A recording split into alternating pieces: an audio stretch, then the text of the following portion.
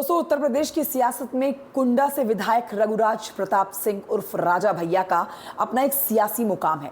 प्रतापगढ़ की राजनीति पूरी तरह से उनके इर्द गिर्द ही सीमित है, जहां उनकी मर्जी के बगैर परिंदा भी पर नहीं मार सकता है। राजा भैया के प्रभाव वाली कौशाम्बी लोकसभा सीट पर 5वीं और प्रतापगढ़ सीट पर 6ठे चरण में मतदान होना है। दोनों ही सीट पर राजा भैया का कोई अपना उम्मीदवार नहीं है। इसी के चलते किंग मेकर की भूमिका में भी राजा भैया हैं। बीजेपी और सपा दोनों ने ही राजा भैया के समर्थन की उम्मीदें लगा रखी हैं, लेकिन किसी के भी पक्ष में कोई निर्णय लेने की बजाय उन्होंने न्यूट्रल रहने का फैसला कर लिया है। तो राजा भैया का ये फैसला किसके लिए फायदे का साबित होगा, ये जानकारी मैं आपको देने वाली हूँ। वीडियो को अंत तक देखिए। नमस्कार, मेरा नाम कंचन डोगरा नेगी है। वीडियो जानकारी आपको अच्छी लगती है तो आप वीडियो लाइक कर सकते हैं, चैनल को सब्सक्राइब भी कर सकते हैं। देखिए, राजा भैया ने लोकसभा चुनाव को लेकर अपने समर्थकों की बैठक बुलाई थी।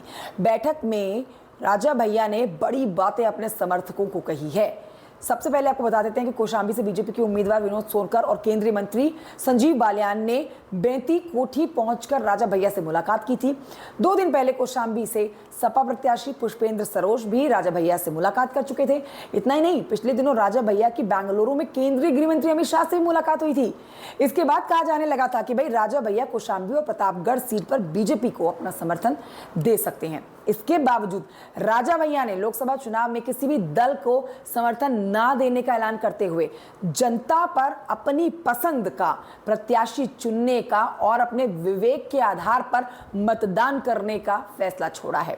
राजा भैया का यह फैसला भले ही बीजेपी के लिए बड़ा झटका माना जा रहा हो, लेकिन ऐसे में सवाल उठता है कि राजा भैया के न्यूट्रल होने के क्या कारण हो सकते हैं। पहला कारण मैं आपको बताने जा रही हूं, कैंडिडेट के साथ 36 के आंकड़े का पहला कारण हो सकता है। देखिए, कौशाम्बी सीट से बीजेपी ने विनोद सोनकर और सपा ने पूर्व मंत्री इंद्रजीत सरोज के बेटे पुष्पेंद्र सरोज को उतारा है।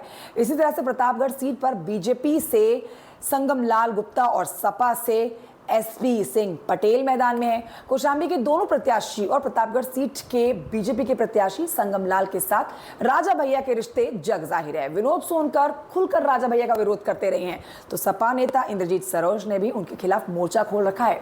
अब दूसरा कारण जानिए, बीजेपी के साथ नहीं जाता है मुस्लिम वोटर, ये राजा भैया बखूबी समझते हैं। तो क्या ये बड़ी वजह ये भी हो सकती है बीजेपी का साथ ना देने की?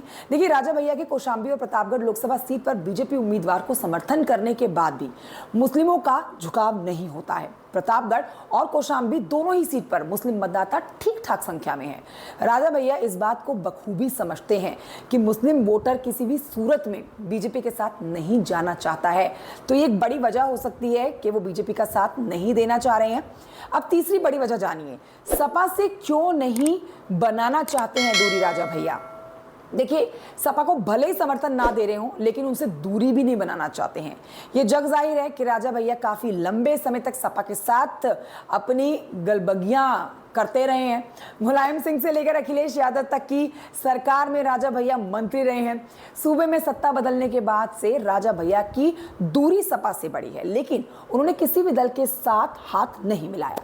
2022 के चुनाव में अखिलेश यादव से उनकी दूरी बढ़ी, लेकिन हाल के दिनों में रिश्ते फिर से सुधरे। ऐसे में राजा भैया लोकसभा चुनाव में बीजेपी को समर्थन करने से सपा के साथ फिर से रिश्ते खराब होने का डर उनके मन में कहीं ना कहीं जरूर होगा। माना जा रहा है कि राजा भैया सपा के साथ अब अपनी दूरियां और भी नहीं बढ़ाना चाहते हैं, जिसके चलते ही बीजेपी को समर्थन नहीं दे सकते हैं। उन्होंने दोनों सीटों पर जनता को अपने विवेक से वोटिंग करने के लिए आजाद छोड़ दिया है। अब देखना यह होगा कि राजा भैया का जो गाड़ी का गियर न्यूट्रल है, ये किसको फायदा और किसको नुकसान पहुंचाता है। बहरहाल आप कमेंट करके बताइए ये जानकारी आपको कैसी लगी। Thank you so much for watching. जय हिंद।